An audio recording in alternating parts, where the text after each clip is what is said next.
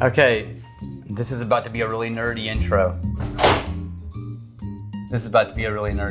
Okay. But I'm gonna try to make it quick so we can get to the drinking and then just kind of do that. So welcome to the Whiskey Vault. Yeah. This was a gift from the owner of the distillery, It's Daniel Rex. Todd Leopold, owner of the distillery. So rep. So crickets. Give me a...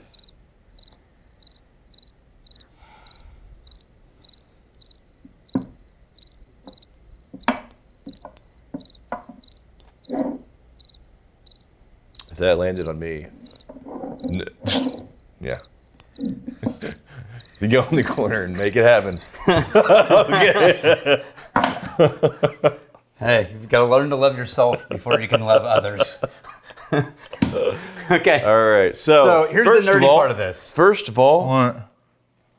he owns a company. You can't give me a big boy bottle? Here's why. Can't give me a big boy bottle? Here's why. Thank you So, for the bottle. Todd is as nerdy as Reed is. Reed Huddleston. Maybe more. And And he's at Head Frame. Reed is at Head Frame. Yeah. Yeah. Todd is Leopold Brothers. So we say Yeah. Reed, they're not gonna know. Yeah, Reed is Huddleston. Head Frame distiller. He helped do all the distillation, founded all the distillation at Deep Ellum in Dallas. Yep. Anyway, so Todd is, for his free time, searches, finds old manuscripts on whiskey recipes, whiskey process. Oh. And he stumbled onto a report Yes. that these two dudes were commissioned by the IRS in the 40s, Okay. post-Prohibition ending. And it was a study on them trying to understand what makes rye and what makes bourbon so that they could come up with standards of identity. It's the grains that are in it. So they, think about this, Right. we're doing this with Balcones, Westland, all these guys. They were doing this in the 40s. These guys got 31 barrels of whiskey from different distilleries, shipped them all over the US, and then pulled samples of them to have them chemically analyzed.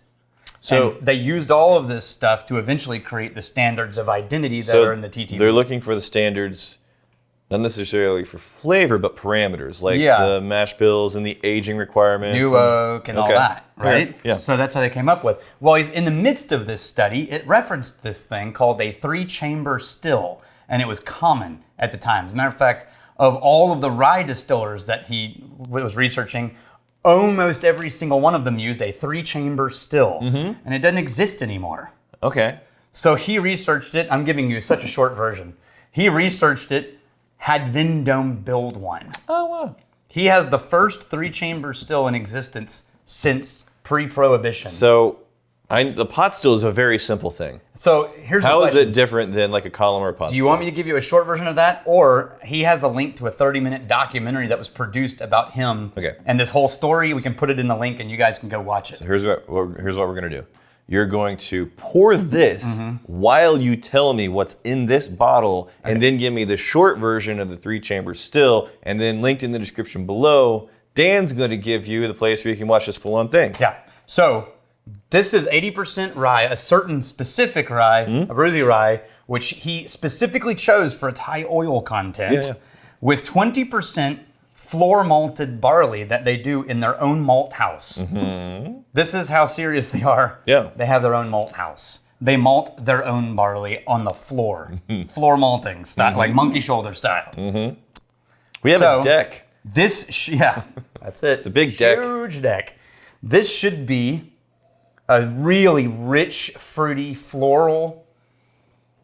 A lot of the oils from the grain brought all the way through, but not a low cut because you still cut the whiskey. This is a very, very multi-layered, multifaceted nose.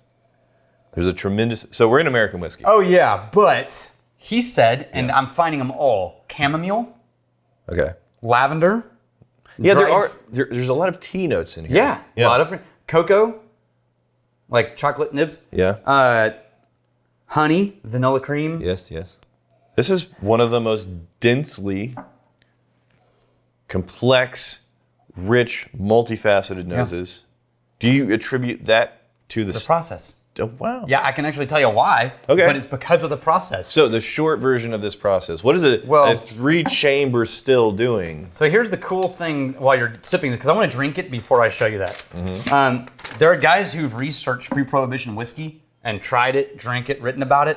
They tried this and says this is the most accurate pre-Prohibition style rye that they've ever tried. Oh, that's So if you want to know what rye tasted like pre-Prohibition, I don't have a pen.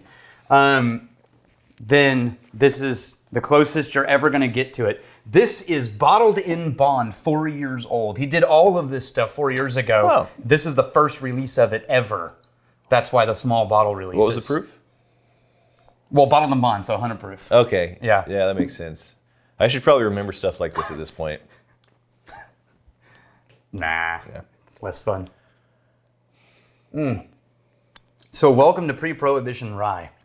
That could turn you into a rye drinker, right? It really could. Good night, This is honey. this is automatically up there in like my top 5 ryes. Oh yeah, instantly. Wow. It loses everything that I don't like in a rye. Gains everything I like in a good malt, actually, Yeah. mixed with a rye. Yeah, yeah. So before I was kind of like kidding about it being a small bottle. Now seriously, give me a big bottle.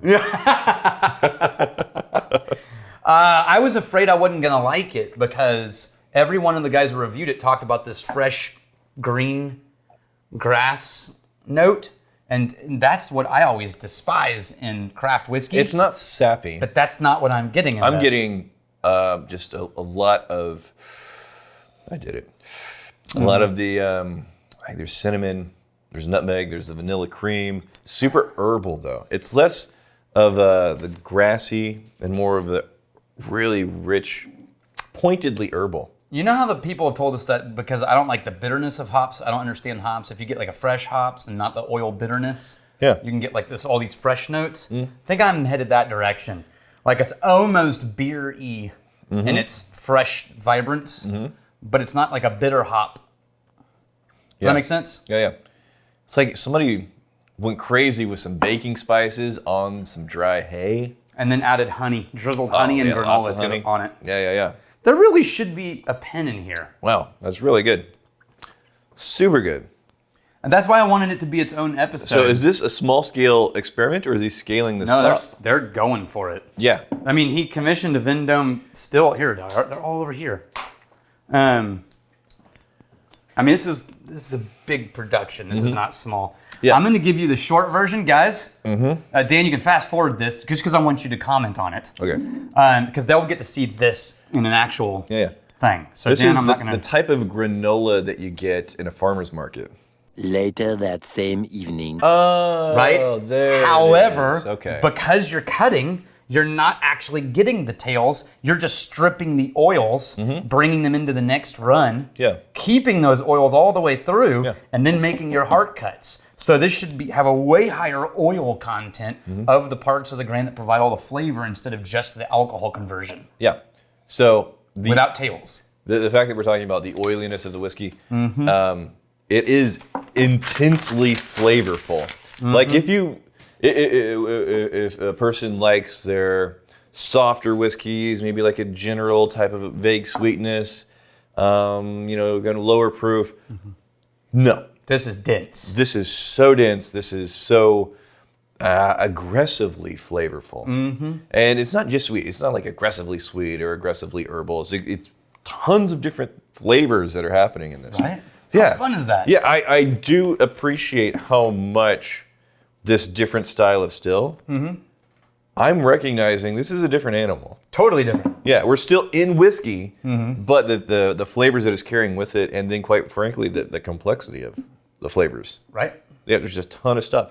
Yeah. It's like We had comments, but are we too long gone we're already? probably now. I'm 11 curious minutes. how are the people going to know the whole thing you did there? Because technically, Dan, it's in the video, and he literally shows a graphic of that part of the process. So watch the other video. Yeah, basically. I mean, because my drawing is really shitty, but Yeah. Dan, So you can fast forward through this. there's my drawing if you That's- really want to see it. That's not going to help terrible. anybody. Yeah. Sorry, guys, but his video is so good. I watched it twice. So between your, did you get it? Oh my gosh! Oh, is it? I did. It's behind a corner. Was it? Yes. Is it a clutch move? Oh no, I I missed it. didn't. You Look, missed it. look where it is. Did you see this? No. How'd you get it there? Look, it bounced, and then it just sort of rolled That's almost forward. more impressive. Yeah. All right, yes, I am very sunburned, and yes, I am very tired. Yeah. Yeah, I lost A lot of weight. 4 pounds in 2 days. Yeah, just running around chasing kids on bikes. In the sun. Yeah, it's a Yeah. lot of kids. They had it coming. Bastards. The Scuzzy 8U, we need Rex to go on Hot Ones. We can match him and Shaman Evans and have a talk. Just talk with your hands on. contest. Yeah. All right. Hey, would you go on Hot Ones? Dude, I would never, they would never ask me to be on No, Hot I mean, Ones. but like, would you like the hot food challenge? In a We second. did a version of it. No, I would, dude, Sean Evans is one of the best interviewers in the yeah. game. Period. The thing is, I have such a light presence on all social media. Yeah. There's no way he'd be able No, to. I'm not saying is this possible. I'm saying, Right. would you think that was fun? I think that would be amazing. That'd be Yeah. so much fun. Me too. Yeah. My because of my problems with my Right. stomach, I would be in so much pain for the Right. next 24 hours. I would still do it in a heartbeat. Yeah. And I would It seems so fun. I would go the distance. Oh, I would love to get my ass handed to me. Right. I want to be crying / throwing up / like, oh God, I can't do it anymore. I've gone to restaurants where they pull out the stuff that's so hot. They make you sign a legal document, Yeah. like a waiver. Mm-hmm. And then I've signed it and I've cried in front of everybody and got the milk and the ice cream and looked Yeah. like a little bitch doing it. Oh, yeah. But yeah, just for the Still story. would do it, Just for yeah. the story, man. Alex, what's up with Daniel? But not like real sobbing. It's No, kinda just like your isn't it- tears running right. because you can't stop it. Right, you can't. You're like, oh, I'm sorry. I'm just. Your lips are swollen. I don't Your feel eyes good. are clamped shut. You're laying on the floor, Right. trying to like, I Writhing. need to move. Alex, what's up with Daniel and bread?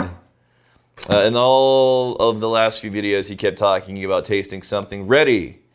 Is he sure there isn't a piece of bread stuck somewhere in his mouth? Something, I probably said bready. Yeah. Tasting something bready.